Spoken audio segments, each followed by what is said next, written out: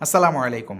আমি রাতুল আছি আপনাদের সাথে এবং বেশ কিছুদিন শান্ত থাকার পর স্মার্টফোন ব্র্যান্ডগুলো কিন্তু নতুন বছরে অনেকগুলো স্মার্টফোন লঞ্চ করছে এবং তারই ধারাবাহিকতায় ওপ্পো সম্প্রতি বাংলাদেশের মার্কেটে লঞ্চ করেছে একটি স্মার্টফোন উইচ ইজ A77s। নতুন বছর, লাকি নাম্বার 7, অ্যাকচুয়ালি দুইটা 7 রয়েছে, 77 আবার সাথে এস, এবং এটি একটি মিড রেঞ্জ সেগমেন্টের ফোন যার দাম 25,000 টাকা। তো এই ফোনটা আমি পেয়েছি খুবই সম্প্রতি, সো আজকে আপনাদেরকে একেবারে ইন ডিটেল রিভিউ আমি হয়তো দিতে পারবো না, বাট এটার আনবক্সিং এবং আমার যে ওভারভিউ ডিভাইসটা নিয়ে সেটা আপনাদের সাথে আজকের ভিডিওতে শেয়ার করব। আর এই ফোনে কিন্তু একটা ইন্টারেস্টিং ব্যাপার রয়েছে, তাহলে এটার বক্সে আপনারা পাচ্ছেন 33 ওয়াটের ভুক চার্জিং। তো সেসব নিয়ে ডিটেল কথা হবে, তবে তার আগে যারা চ্যানেলটা এখনও সাবস্ক্রাইব করেননি তারা অবশ্যই সাবস্ক্রাইব করে পাশে থাকা বেল আইকনটা প্রেস করে রাখবেন। আসছি ইন্ট্রোর পর।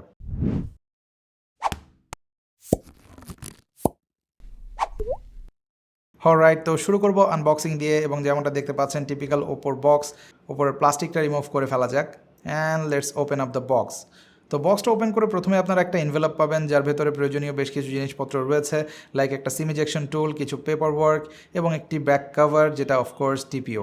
দেন এর পরের কম্পার্টমেন্টে রয়েছে A77s ডিভাইসটা, যেটাকে আপাতত সাইডে রেখে দিচ্ছি, এবং পরের কম্পার্টমেন্টে গেলেই আপনারা দেখতে পাবেন এই সুপারভুক 33 ওয়াটের চার্জার, এবং এর সাথে রয়েছে একটি USB-A to Type-C কেবল। এই ফোনের বক্সে আমরা কোনো রকম 3.5mm হেডসেট পাচ্ছি না। ওকে, তো আমরা যদি ডিভাইসে চলে আসি, ওপ্পো কিন্তু সবসময়ই তাদের ফোনের যে কালারগুলো থাকে সেগুলোকে কিছুটা ফ্যান্সি নাম দেওয়ার চেষ্টা করে। তো আমার যে রিভিউ ইউনিট, এটার কালার স্টেরি ব্ল্যাক, এছাড়াও ফোনটা আপনারা সানসেট অরেঞ্জ কালারেও পাবেন, এবং এই ডিজাইন কিন্তু প্রিভিয়াসলি আমরা দেখেছি ওপ্পোর কাছ থেকে, সো এটা একেবারেই নতুন কোনো ডিজাইন না, but at the same time this is very good looking phone. Specially আমার যে ব্ল্যাক কালার, আপনি যদি খুব বেশি স্টেলথিয়ার কালার পছন্দ করে থাকেন বা আপনি ক্রাউডের মধ্যে অত বেশি ফ্ল্যাশি কোনো কিছু পছন্দ করেন না, সেই ক্ষেত্রে আমার মনে হয় এই কালারটা আপনার সাথে বেটার সুটেড হবে, এবং ক্যামেরা বাম্পটাও খুব বেশি বড় না। আর যেহেতু ম্যাট ফিনিশ, সো এটাতে আপনারা খুব বেশি ফিঙ্গারপ্রিন্টও দেখতে পাবেন না।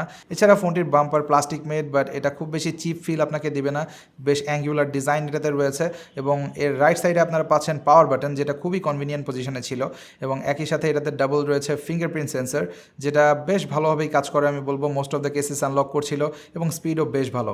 দেন ভলিউম রকারটা আপনারা পাচ্ছেন ঠিক অপোজিট সাইডে, যেটা খুবই রিচেবল একটা পজিশনে ছিল, এবং এর ওপরে রয়েছে সিম ট্রে, যেখানে কিন্তু আপনারা ডুয়েল ন্যানো সিমের পাশাপাশি ডেডিকেটেড মাইক্রো এসডি কার্ড স্লটও পাচ্ছেন। আর তাছাড়া এই ফোনটার বটমে আসলে আপনারা দেখতে পাবেন স্টিল এটাতে কিন্তু 3.5mm হেডফোন জ্যাক পোর্ট ধরে রাখা হয়েছে, রয়েছে Type-C পোর্ট, যেটা অফকোর্স 33 ওয়াট চার্জিং সাপোর্টেড, এবং রয়েছে একটি স্পিকার, যেটা অফকোর্স এই যে ইয়ারপিস সেটার সাথে মিলে আপনাকে কিন্তু স্টিরিও সাউন্ড প্রোভাইড করবে, এবং এটার সাউন্ডও যথেষ্ট ভালো লেগেছে আমার কাছে। লাউডনেস মোটামুটি ভালো থাকে, এবং ওভারঅল ডিস্টরশনও খুব একটা আমি লক্ষ্য করিনি। এছাড়া ফোনটিতে রয়েছে IP54 water and dust resistance, তবে আমি রিকমেন্ড করবো না এই ফোনটা নিয়ে পুলে ঝাঁপ দিতে। দেন আমরা যদি ফ্রন্টে চলে আসি, ফোনটার ফ্রন্টে আপনারা পাচ্ছেন 6.56 ইঞ্চের একটি HD+ রেজলিউশনের IPS প্যানেল, যেটা 90 হার্টজের, বাট এখানে আমার মনে হয় ওপর কিছু না মিসড অপরচুনিটি ছিল, তারা অ্যাটলিস্ট এটাতে 1080p ডিসপ্লে দিতে পারতো অ্যাটলিস্ট এই 2023-তে এসে। এখন কিন্তু এই 2023-তে এসে HD+ ডিসপ্লে এই 25,000 টাকার রেঞ্জে কিছুটা বেমানান মনে হয়েছে আমার কাছে। তাছাড়া এতে আপনারা ডিউ ড্রপ নচ পাচ্ছেন।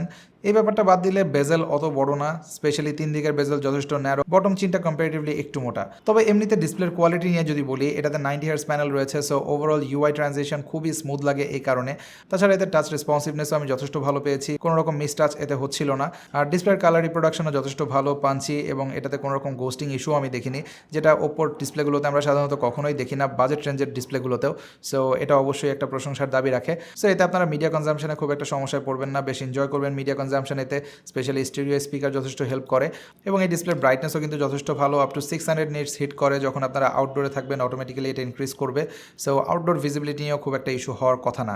দেন আমরা যদি ক্যামেরা চলে আসি, ফোনটাতে আপনারা রেয়ারে পাচ্ছেন ডুয়েল ক্যামেরা সেট আপ, যেখানে প্রাইমারি ক্যামেরাটা 50 মেগাপিক্সেলের, আর সাথে থাকছে 2 মেগাপিক্সেলের ডেপথ সেন্সর। তো ইনিশিয়ালি আমি বেশ কিছু ছবি তুলেছি বিভিন্ন সিনারিওতে, যদিও আউটডোরে নিম্নচাপের কারণে ক্লাউডি সিচুয়েশনসেও ছবিগুলো হয়তো অত বেশি কালারফুল আসবে না, বাট তারপরও ডিটেল যথেষ্ট ভালো ছিল, এবং ডাইনামিক রেঞ্জ মোটামুটি ভালোই পাচ্ছিলাম এই ফোনে। স্পেশালি 50 মেগাপিক্সেল থাকায় আপনারা চাইলে ক্রপ করে ছবিগুলো ইউজ করতে পারবেন। ইভেন ইনডোরে আর্টিফিশিয়াল লাইটিং কন্ডিশনেও ফোনটা বেশ ভালো রেজাল্ট প্রোভাইড করেছে। আর যেহেতু ডেডিকেটেড ডেপথ সেন্সর রয়েছে, সো আপনারা মোটামুটি এজ ডিটেকশনও বেশ ভালো রেজাল্ট পাবেন পোর্ট্রেট মোডে। আর ফ্রন্টের যে 8 মেগাপিক্সেলের সেলফি ক্যামেরা, এটা যথেষ্ট ভালো সত্যি বলতে 8 মেগাপিক্সেলের তুলনায়, কারণ 8 মেগাপিক্সেল হিসেবে আমি অতটা ডিটেল এক্সপেক্ট করিনি, but it was really good এবং ওপ্পো বরাবরই স্কিন টোনের ক্ষেত্রে যথেষ্ট ভালো কালার রিপ্রোডাকশন দিয়ে থাকে, এই ফোনটাও তার ব্যতিক্রম না। সো ক্যামেরা সেকশন আমি বলবো এটা ডিসেন্ট এনাফ ছিল। আর এই ফোনটাকে পাওয়ার করছে স্ন্যাপড্রাগনের 680, যার সাথে জিপিও রয়েছে অ্যাড্রিনো 610। তো এটা একেবারে মোস্ট পাওয়ারফুল কোনো প্রসেসর না, মিড রেঞ্জে আমরা এই প্রসেসর দিয়ে অনেক ফোনই দেখেছি, স্পেশালি অফিসিয়াল মার্কেটে প্রিভিয়াসলি। তো এই প্রসেসরও নতুন না, তো এটার এক্সপিরিয়েন্সও আমার কাছে খুব একটা নতুন মনে হয়নি সত্যি বলতে। এটা একেবারে টিপিক্যাল একটা পারফরমেন্স আমি পাচ্ছিলাম, লাইক ডে টু ডে লাইফে আপনি ইজিলি এই পারফরমেন্স চালিয়ে নিতে পারবেন। এটাতে কোনো রকম মেজর ল্যাগ বা হিকাপ আপনারা ফিল করবেন না ডে টু ডে লাইফে। আর টুকটাক গেমিংও এই ফোনটাতে ইজিলি করা যায়। বাট 25,000 টাকা হিসেবে আপনি যখন খুব বেশি ইন্টেন্সিভ কোনো কাজ করতে যাবেন ফোনে, ডেফিনেটলি কিছুটা স্টার্টার দেখতে পাবেন। বাট আপনি যদি খুব বেশি হেভি ইউজার না হয়ে থাকেন তাহলে এটা খুব একটা সমস্যায় ফেলবেন আপনাকে। আর ফোনটাতে আউট অফ দ্য বক্স আপনারা পাচ্ছেন Android 12 on top of colour OS 12.1। So এটাতে আপনারা কালার ওএসের মোটামুটি সকল লেটেস্ট ফিচার পেয়ে যাবেন। আর যেহেতু লেটেস্ট অ্যান্ড্রয়েডে রয়েছে, আশা করি সামনে অ্যান্ড্রয়েড 13 আপডেট আসলে সেটাও আপনারা পাবেন এই ফোনে। এবং কালার ওএস কিন্তু ওভার দ্য টাইম যথেষ্ট ম্যাচিওর হয়েছে। প্রিভিয়াসলি অনেক ভিডিওতে আমি বলেছি যে এটা এখন one of the most favourite custom UI আমার, কারণ এটা একেবারে লাইট ওয়েট, এখন অত বেশি কাস্টমাইজড বা হেভি মনে হবে না আপনার কাছে। এবং আমি এতে টুকটাক গেমিংও করেছি, লাইক অ্যাসফল্ট 9 ডিফল্ট সেটিংয়ে বেশ ভালোভাবেই চলে, খুব একটা মেজর সমস্যা আমি পাইনি। তবে গ্রাফিক্স যদি আপনি ইনক্রিজ করেন সেক্ষেত্রে হয়তো কিছুটা স্টার্টার দেখতে পাবেন। বাট যেই জায়গাতে ফোনটা কোনো রকম স্টারারই দেখায়নি সেটা হচ্ছে ব্যাটারি লাইফ, কারণ এই ফোনটাতে রয়েছে 5000 mAh ব্যাটারি। সো বুঝতেই পারছেন এটাতে ব্যাটারি লাইফ বেশ ভালো ছিল। আর যেহেতু এর সাথে আপনারা HD+ রেজলিউশনের ডিসপ্লে পাচ্ছেন, সো ডিসপ্লে অত বেশি পাওয়ার হাঙ্গ্রি না এবং প্রসেসরটাও খুব একটা পাওয়ার হাঙ্গ্রি না। তো সব মিলিয়ে আপনি এক্সপেক্ট করতে পারেন around 10 to 11 hours off screen on time, যেটা আমি বলবো এই বাজেট রেঞ্জে খুবই দুর্দান্ত পারফরমেন্স। এবং এই ব্যাটারি সেকশনে চেরি অন টপ ছিল এর ফাস্ট চার্জিং সাপোর্ট, যেটা 33 ওয়াটের, এবং এটা কিন্তু বক্সে আপনারা পেয়ে যাবেন, যেটা দিয়ে আপনারা 1 ঘন্টা 10 মিনিটের মধ্যে কিন্তু ফোনটা একেবারে ফুল চার্জ করে ফেলতে পারবেন, যেটা অবশ্যই এই ফোনটার ওয়ান অফ দ্য কি সেলিং পয়েন্ট আমার মতে। তো ওভারঅল যদি সাম আপ করি তাহলে OPPO A77s আসলে কেমন বা কাদের জন্য? ওয়েল, আপনি যদি খুব বেশি হেভি ইউজার না হয়ে থাকেন এবং আপনার মোটামুটি সব দিক থেকে ওভারঅল একটা বেটার পারফর্মিং ফোন দরকার, সেই ক্ষেত্রে A77 is a dissent option. So আপনি যদি অনেক বেশি আউটডোরে থাকেন এবং আপনার ভালো ব্যাটারি লাইফের দরকার হয়, একই সাথে ফাস্টার চার্জিং, সেই ক্ষেত্রে এই ফোনটা বেশ ভালো একটা অপশন হতে পারে, স্পেশালি অফিসিয়াল মার্কেটে। তবে কিছু জায়গাতে অবশ্যই ইম্প্রুভমেন্টের জায়গা ছিল, like display resolution and notch.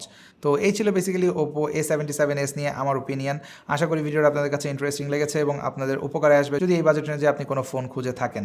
আপনি যদি এমনটা মনে করে থাকেন, please hit the like button and also subscribe to my channel if you haven't yet. দেখা হবে পরবর্তী কোনো ভিডিওতে। টিল দেন, আল্লাহ হাফেজ।